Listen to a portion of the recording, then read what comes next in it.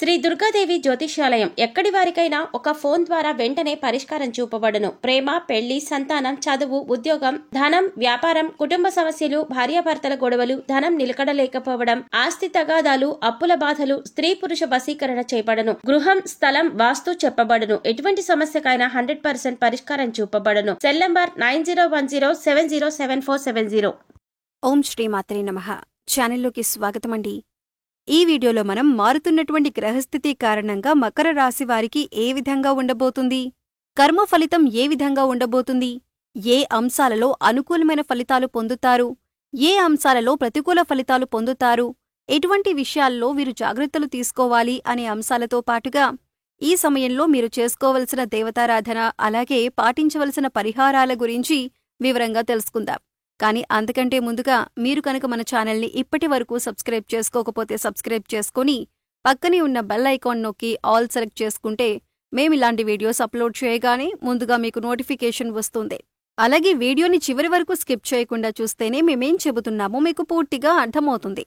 ఇక వివరాల్లోకి వెళ్ళిపోతే ముందుగా ఈ రాశి వారికి అనుకూలమైనటువంటి గ్రహస్థితి కారణంగా వీరి తెలివితేటలు పెరిగే అవకాశం ఉంటుంది. ప్రతి పని కూడా ఆలోచించి చక్కటి ప్రణాళికతో ముందడుగు వేస్తారు. విద్యార్థులు ఎవరైతే పోటీ పరీక్షలు రాస్తున్నారో లేదా ఉన్నత విద్యకు సంబంధించిన పరీక్షలు రాసేవారు కూడా మంచి ఫలితాలు పొందుతారు. తండ్రి వైపు నుంచి మీరు సహాయ సహకారాలను అందుకుంటారు. అలాగే మీ జీవితానికి సంబంధించి ఏదైనా ముఖ్యమైన విషయానికి సంబంధించి మీ తండ్రి గారి యొక్క సలహా తీసుకోవటం వల్ల జీవితంలో ఉన్నతిని పొందుతారు. ఈ విధంగా మీరు నడుచుకుంటే కనుక ఆర్థికంగా ఉన్నతితో పాటు మీరు చేస్తున్న వృత్తి, ఉద్యోగ, వ్యాపార తదితర అంశాలలో మీరు ఉన్నతిని పొందే అవకాశం ఉంటుంది. ఆల్రెడీ మీరు చేస్తున్న ఉద్యోగంలో సౌకర్యవంతంగా ఉండాలి అంటే మీ నైపుణ్యాన్ని మెరుగులు దిద్దుకొని మీకిచ్చిన పనిని సమయానికి పూర్తి చేసినట్లయితే కనుక మీ ఉద్యోగ వ్యాపారాలలో ఉన్నతితో పాటు ధనలాభం కూడా పొందే అవకాశం ఉంటుంది.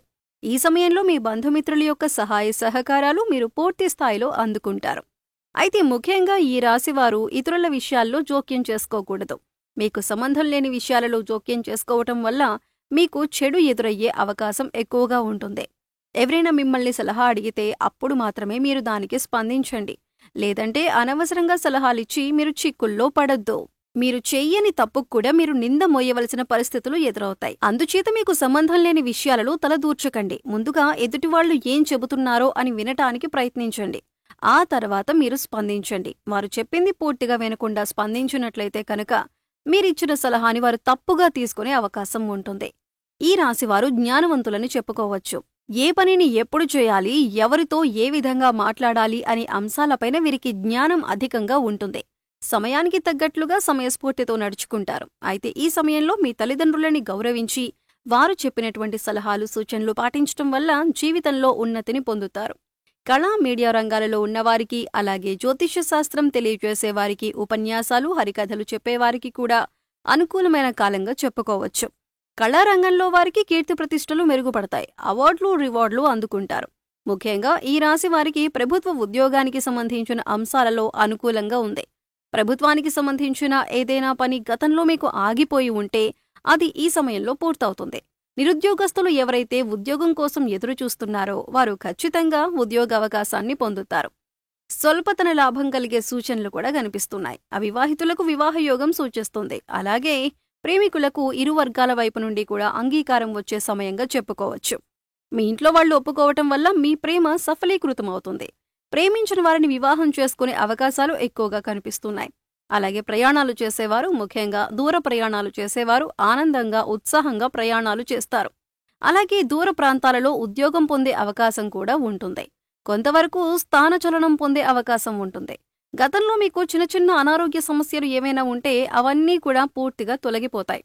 సంతానం కోసం ఎదురు చూసేవారు, గర్భిణీ స్త్రీలు సుబ్రహ్మణ్యేశ్వర స్వామి వారి ఆరాధన చేసుకుంటే ఉత్తమం. అయితే ధనానికి సంబంధించిన విషయాల్లో మాత్రం రాబోయే రోజుల కోసం మీరు నిల్వధనాన్ని ఏర్పాటు చేసుకోవాలి. అంటే ధనం ఉన్నప్పుడు విచ్చలవిడిగా ఖర్చు చేసి లేనప్పుడు బాధపడటం కాకుండా మీకు ధనం ఉన్నప్పుడే మీరు కొద్దిగా జాగ్రత్త చేసుకున్నట్లయితే ఫ్యూచర్లో మీరు ఇబ్బంది పడకుండా ఉంటారు. అలాగే ఉద్యోగానికి సంబంధించిన ఇబ్బందులు వచ్చినప్పుడు మీ పై అధికారులతో కొద్దిగా నెమ్మదిగా సంయమనంతో మాట్లాడండి. మీ సహోద్యోగులతో స్నేహపూర్వకంగా మెలగటం వల్ల వారి నుంచి మీకు సపోర్ట్ లభిస్తుంది.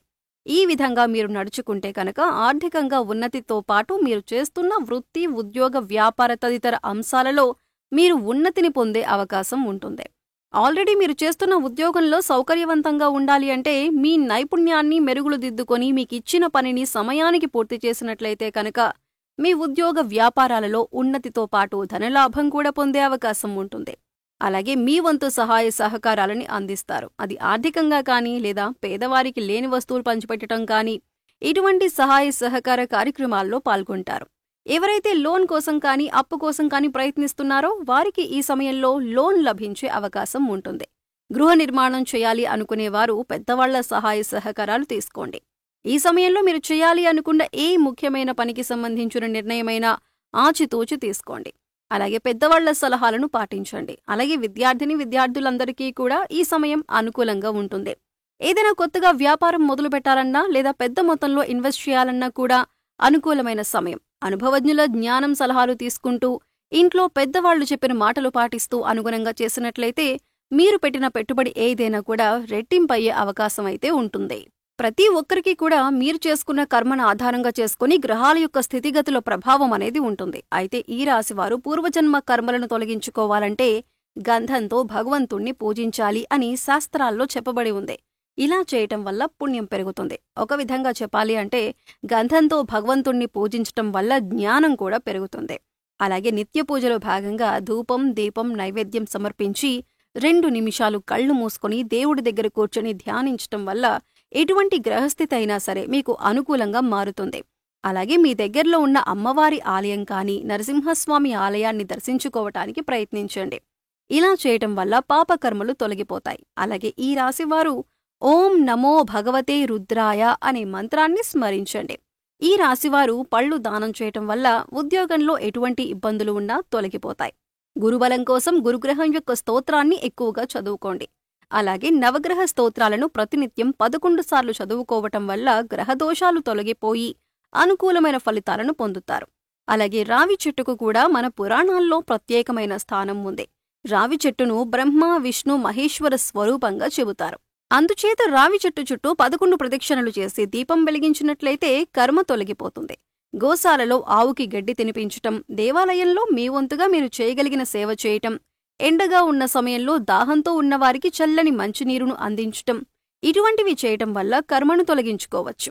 అలాగే మూగ జీవాలకు, పశుపక్షాదులకు తాగటానికి నీరు, తినటానికి ఆహారాన్ని ఏర్పాటు చేసినట్లయితే గత జన్మలో చేసిన పాపకర్మల యొక్క దుష్ఫలితం తొలగిపోతుంది.